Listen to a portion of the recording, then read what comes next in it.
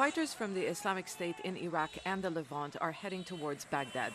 Other Sunni groups linked to the former leader Saddam Hussein are also taking part in this rebellion against the central government. Iraqi authorities are asking the United States to help push them back.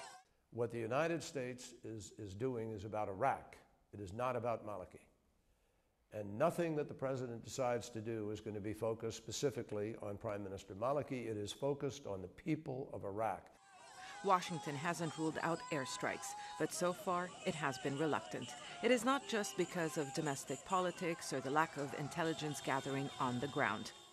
The former commander of coalition forces in Iraq has warned against any airstrikes.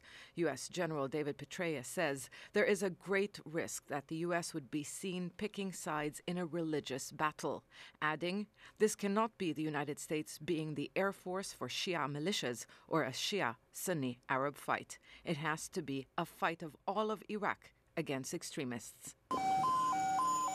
The U.S. considers the Islamic State in Iraq and the Levant a terrorist organization, but it also happens to be a Sunni force.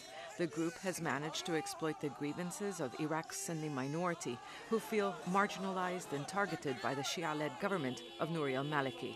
And that is why Washington has been calling on rival leaders to unite and form an inclusive government. The Americans would like to extract concessions from the Iraqi Prime Minister Nouri al-Maliki. They are putting a great deal of pressure on Nouri al-Maliki in order to establish what the key word is an inclusive government.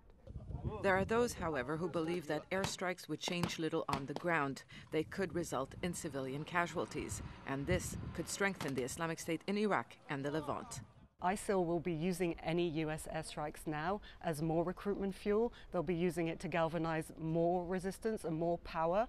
And of course, even the Sunni population that might not support ISIL, but certainly doesn't support Maliki either, will be seeing it as an attack on the Sunni population.